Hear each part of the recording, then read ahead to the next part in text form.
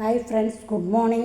Today I am going to tell about Thiruvellarai நாலாவது திவ்ய தேசம் திருவள்ளரை வேதகிரி பெருமாள் புண்டரீகாட்ச பெருமாள் மண்டலம் தாயார் பங்கையர் செல்வி விமான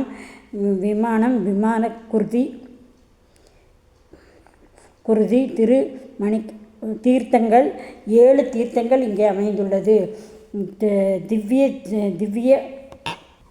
திவ்யகந்த தீர்த்தம், குசதீர்த்தம், மணிகர்ணா தீர்த்தம், புஷ்பகலா தீர்த்தம், வராக தீர்த்தம், கந்தம தீர்த்தம், பத்ம தீர்த்தம் என்னும் 7 வகையான தீர்த்தங்கள் இங்கே அமைந்துள்ளது. வராக தீர்த்தம், மணிகர்ண தீர்த்தம், கருடன், சிபி, ஸ்ரீதேவி, மார்க்கண்டேயன், லக்ஷ்மி. மங்களாசாசனம் திருமங்கையாழ்வார் பெரியாழ்வார் 24 பாசுரங்கள் பாடப்பட்டுள்ள திருத்தலம் இது. ஸ்ரீரங்கத்திற்கு முந்தின அணை திருத்தலம் திருவள்ளரை பற்றி பல புராணங்கள் பேசப்படுகிறது. ஸ்ரீரங்கத்துக்கு முந்திதான் இதன் தொன்மையை குறிக்கவே அதிவெள்ளரை என அழைக்கப்படுது. திரு என்பது உயர்வை குறிக்கும், வெள்ளரை என்பது வெண்மையான பாறைகளான மலையை குறிக்கும். இதனுடைய சமீத ஸ்ரீ புருஷோத்தமன் சுவாமி நமக.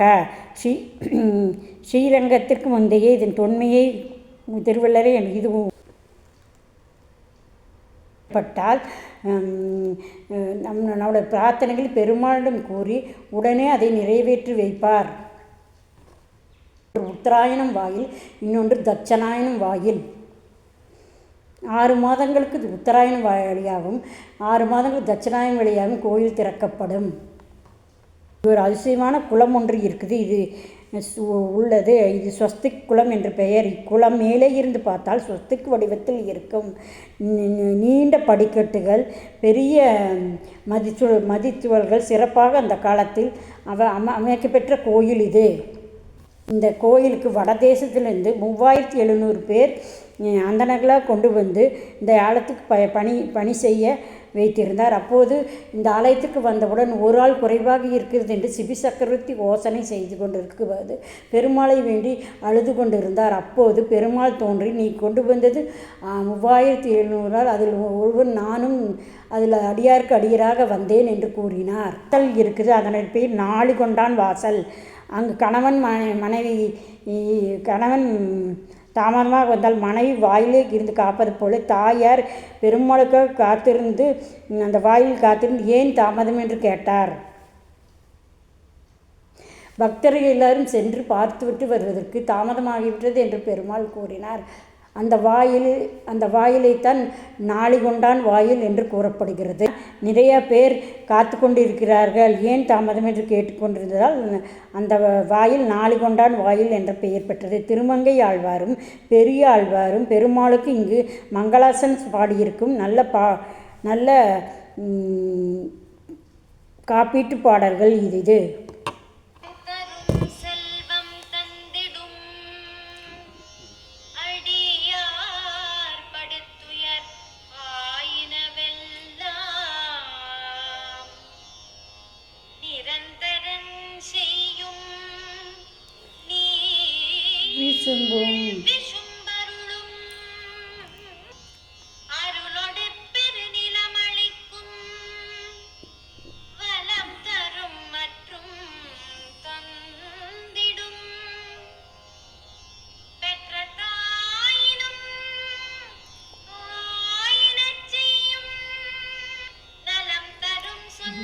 நாராயணா கண்டு